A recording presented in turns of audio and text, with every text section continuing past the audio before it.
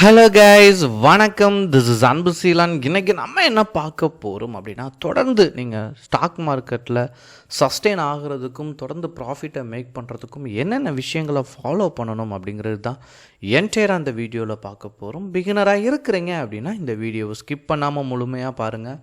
Stock மார்க்கெட்டில் எல்லாருக்குமே ஒரு 3 மாதம் அனுபவம் வந்தோடனே நம்ம திங்க் பண்ணுற விஷயம் என்ன அப்படின்னா, தொடர்ந்து ஒரு 1000 ரூபாய் டெய்லி பண்ணிகிட்டே இருக்கும், அது கன்சிஸ்டன்சியாக இருக்கணும் அப்படிங்கிற ஒரு தாட் ப்ராசஸ் எல்லாத்துக்குமே இருக்கும். ஆனால் எங்கே இருந்து ஸ்டார்ட் பண்ணுறது? நமக்கு ஒரு 3 மாதம் 6 மாதம் எக்ஸ்பீரியன்ஸ் ஆயிடுச்சு, பட் இன்னுமே நமக்கு ட்ரேடிங் தெரியல, ட்ரேட் பாத்தில் எப்படி போகணும் அப்படிங்கிற வழி தெரியலை அப்படின்னா, ஃபர்ஸ்ட் நீங்கள் பண்ணக்கூடிய விஷயம் என்ன அப்படின்னா, இங்கு சில நபர்களுக்கு என்ன அப்படின்னா, ஸ்டாக்கை சரியான விதத்தில் செலக்ட் பண்ண தெரியாது. இங்கே நிறைய பேர் ஸ்க்ரீனர் யூஸ் பண்ணுறீங்க, சரிங்களா? பட் அந்த ஸ்க்ரீனர் மூலமாக ஒரு ஸ்டாக் உங்களுக்கு கிடச்சிரும்.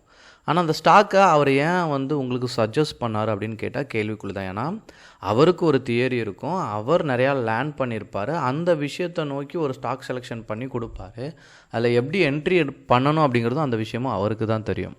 அதனால தான் பெஸ்ட்டு ஸ்டாக்கை எப்படி செலக்ட் பண்ணுங்கிறத நம்ம தான் ப்ராக்டிஸ் பண்ணணும். ஒரு 3 விஷயம் நான் டிப்ஸ் கொடுக்குறேன், சரிங்களா? ஃபர்ஸ்ட் பாயிண்ட், நல்லா உச்சத்தில் இருக்க ஸ்டாக்கில் எப்போதுமே ட்ரேட் பண்ணுங்கள். ஏன்னா இன்வெஸ்ட்மெண்ட்டுங்கும் போது மார்க்கெட் கிராஷ் ஆகணும், நீங்கள் இன்வெஸ்ட் பண்ணுறது நல்ல விஷயம். ஆனால் ட்ரேட் பண்ணுறீங்க அப்படின்னா ப்ராஃபிட்டில் போகிற கம்பெனியில் தான் நீங்கள் ப்ராஃபிட்டை மேக் பண்ணணும், சரிங்களா? இன்னொன்று, ஒரு ட்ரேடில் 15 நிமிஷத்துக்கு மேலே இனிஷியலாக வெயிட் பண்ணாதீங்க. மார்க்கெட் நல்லா இருந்துச்சு அப்படின்னா 15 நிமிஷம் வெயிட் பண்ணுங்கள். மார்க்கெட் வேர்ஸ்ட்டாக இருந்துச்சு அப்படின்னா 5 மினிட்ஸில் ட்ரேடை க்ளோஸ் பண்ணுங்கள். ஏன் அப்படின்னா, நீங்கள் எப்போ ட்ரேட் எடுத்தாலுமே ஒரு சின்ன லெவலில் ப்ராஃபிட் இருக்கும். ஆனால் நீங்கள் அந்த ப்ராஃபிட்டை மிஸ் பண்ணிட்டு தான் லாஸ்ட்டுக்கே போவீங்க. 3வது விஷயம் என்ன அப்படின்னா, உங்களுக்கு இதில் லிவரேஜ் கிடைக்கும். அதாவது 1 லட்ச ரூபா வச்சுருக்கிறீங்க அப்படின்னா நீங்கள் 5 லட்ச ரூபாய்க்கு ட்ரேடை எக்ஸிக்யூட் பண்ணலாம். ஆனால் இனிஷியலாக வரும்போது உங்கள்கிட்ட இருக்கிற பணத்தை வச்சு மட்டும் ட்ரேடை எக்ஸிக்யூட் பண்ணுங்கள். எந்த விதமான லிவரேஜும் யூஸ் பண்ணாதீங்க. 2வதாக பார்த்தீங்க அப்படின்னா, டெக்னிக்கல் அனலைசிஸ் ரொம்ப இம்பார்ட்டண்ட். நான் MBA படிக்கச்ச எனக்கு ஒரு சின்ன டவுட் இருந்துச்சு. அதாவது சப்போர்ட் அண்ட் ரெசிஸ்டன்ட்லாம் வரைஞ்சி காட்டும் போது எண்ட் ஆஃப் த டேயில் நம்ம என்ன பண்ணணும், பணம் ஏர்ன் பண்ணணும். இதை பொறுத்து எப்படி ஸ்டாக் மார்க்கெட்டை ப்ரிடிக்ட் பண்ண முடியும், இது ஒரு கேம்பிளிங் அப்படிங்கிற நினைப்பு எனக்கு படிக்கும்போது இருந்துச்சு. ஆனால் நான் என்றைக்கு ஸ்டாக் மார்க்கெட்டில் ட்ரேட் எடுக்க ஆரம்பித்தனோ அன்றைக்கி தான் எனக்கு ஒரு நல்ல ஒரு புரிதலை வந்துச்சு. டெக்னிக்கல் அனலைசிஸ் இல்லாமல் நீங்கள் ட்ரேடில் சக்ஸஸ் பண்ண முடியாது. இதுலேயும் ஒரு டிப்ஸ் சொல்கிறேன்.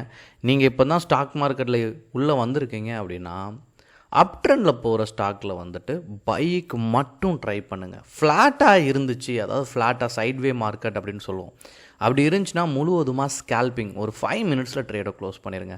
டவுன் ட்ரெண்டாக இருந்தால் மட்டும் செல் சைடு ட்ரை பண்ணுங்கள். அப் ட்ரெண்டில் போகிற ஸ்டாக்கில் போயிட்டு செல்லை ட்ரை பண்ணவே பண்ணாதீங்க. உல்ட்டா நீங்கள் ட்ரேட் எடுத்தீங்க அப்படின்னா மணி லூஸ் ஆகிறதுக்கு சான்சஸ் ரொம்ப அதிகம்.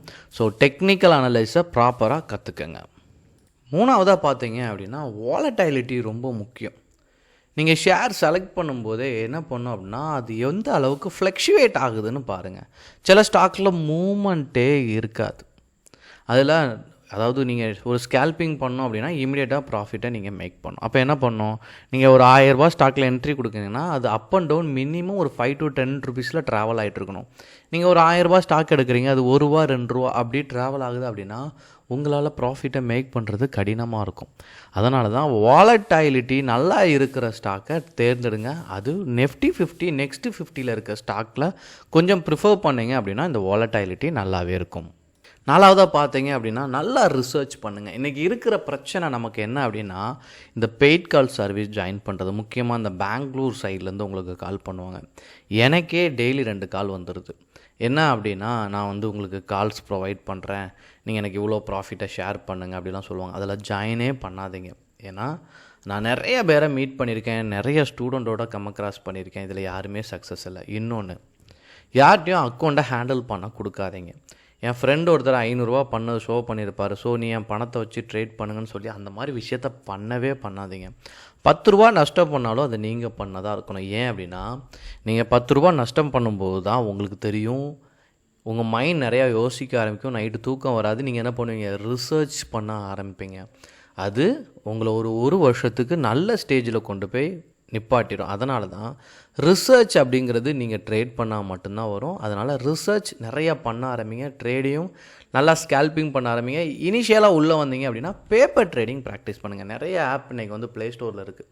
நீங்கள் அதை டவுன்லோட் பண்ணிட்டீங்க அப்படின்னா ஃப்ரீயாகவே வந்து என்ன பண்ணலாம், அதில் இனிஷியலாக ஒரு டம்மியாக அமௌண்ட் இருக்கும், அதை யூஸ் பண்ணி நீங்கள் ட்ரேட் பண்ணி ப்ராக்டிஸ் பண்ணலாம். கடைசியாக பார்க்கக்கூடியது ரொம்ப முக்கியமான விஷயம் என்ன, ஹைலி லிக்விடிட்டி ஸ்டாக்ஸில் இன்வெஸ்ட் பண்ணுங்கள். அதாவது ட்ரேடை எக்ஸிக்யூட் பண்ணுங்கள். என்ன விஷயம் அப்படின்னா, பையரும் செல்லரும் எங்கே அதிகமாக இருக்காங்களோ அங்கே ப்ரிஃபர் பண்ணுங்கள். இப்போ நீங்கள் ஒரு ஸ்டாக் செலக்ட் பண்ணிட்டீங்க, டாப் 10ல் வருது அப்படின்னா அங்கே லிக்விடிட்டி நல்லா இருக்குன்னா என்ன பிரச்சனை வராது அப்படின்னா நீங்கள் ஒரு ஷேரை வாங்கிடுவீங்க. விற்கும்போது வாங்குறதுக்கு ஆள் இருக்காது. இந்த மாதிரி பிரச்சனையை நீங்கள் ஸ்டாக் மார்க்கெட்டில் ஃபேஸ் பண்ணுவீங்க. இதை டக்குன்னு சொல்லுவாங்க, முடவாத்து அப்படிங்கிற ஒரு நேம் உண்டு. இது போல தான். அதனால தான் நீங்கள் என்ன தெரிஞ்சுக்கணும் அப்படின்னா, இந்த லிக்விடிட்டி இருக்கிறதுல உங்களுக்கு பிரச்சனை இல்லை. நீங்கள் ஷேர் வாங்குறீங்களே விற்கிறீங்களே பிரச்சனை இல்லாமல் இருந்துச்சு அப்படின்னா உங்கள் ட்ரேடை எக்ஸிக்யூட் பண்ணுறது ரொம்ப ஈஸி. மார்க்கெட்டை பொறுத்த மட்டும் நீங்கள் எல்லாமே வந்துட்டு ஒரு புரிதலோடு இருக்கணும். இன்னொன்று, ஒரு ஸ்ட்ராட்டஜி நீங்கள் க்ரியேட் பண்ணுறீங்க அப்படின்னா அதுக்குள்ளே ஒரு 5 விஷயமாச்சும் இருக்கணும். நீங்கள் உங்களுக்குன்னு ஒரு ஸ்ட்ராட்டஜியை க்ரியேட் பண்ணுங்கள். இப்படி இருந்தால் தான் நான் ஸ்டாக்கில் ட்ரேட் எடுப்பேன் அப்படின்னு நீங்கள் நினச்சிட்டிங்க அப்படின்னா டெய்லி 1000 ருபீஸ் ஸ்டாக் மார்க்கெட்டில் பண்ணுறது ரொம்ப ஈஸியான விஷயந்தான். ஸ்டாக் மார்க்கெட் ஹைலி ரிஸ்க் அப்படின்னு சொல்லுவாங்க. தெரியாத வரைக்கும் ரிஸ்க். தெரிஞ்சிடுச்சு அப்படின்னா நீங்கள் தொடர்ந்து சஸ்டெயின் ஆகலாம், தொடர்ந்து ப்ராஃபிட்டை மேக் பண்ணலாம். ட்ரேடிங் மட்டும் இல்லை, அதில் ஸ்விங் ட்ரேடிங் இருக்குது, இன்வெஸ்ட்மெண்ட் இருக்குது, பொசிஷனல் ட்ரேடிங் இருக்குது, கான்ட்ராக்ட் ட்ரேடிங் இருக்குது. ட்ரேடிங் பல விதம். சரிங்களா? எந்த அளவுக்கு ப்ராக்டிஸ் பண்ணுறீங்களோ you will become a good trader. உங்களுக்கு எதாவது டவுட் இருந்தாலும் கண்டிப்பாக கமெண்ட் பாக்ஸில் உங்களுடைய டவுட்டை தெரிவிங்க. Okay guys, thank you so much for வாட்சிங் this video. Tata, bye bye, see you.